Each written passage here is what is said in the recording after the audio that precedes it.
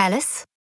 Nimeni on Taavi Piironen, toimin Makula laatu- ja vastuullisuuspäällikkönä, eli vastaan meidän laatuun ja vastuullisuuteen ympäristöön liittyvistä asioista. Makulaku on porvoolainen lakritsi- ja makeisvalmistaja. Valmistetaan monipuolisia lakritsi- ja makeistuotteita.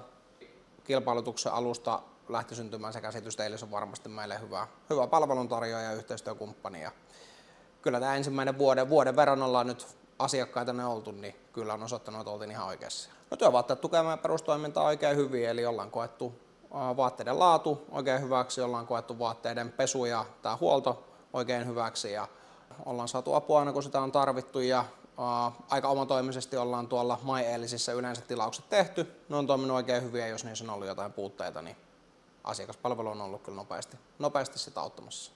No, täytyy sanoa, että kun me vaihdettiin toimijaa, niin odotin siitä paljon suurempaa katastrofia, kun siitä tuli. Eli se siis vaihto sujui oikein itse asiassa jouhevasti, että se vaihdettiin yhden viikonlopun aikana kaikki vaatteet toisen toimittajan vaatteisiin ja se sujui tosi hyvin, että siitä oltiin poikkeuksellisen niin kuin yllättyneitä oikeastaan, miten hyvin se meni.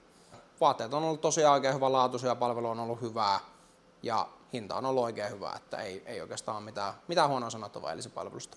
Voin lämpimästi suositella. Alice? Circular services at work.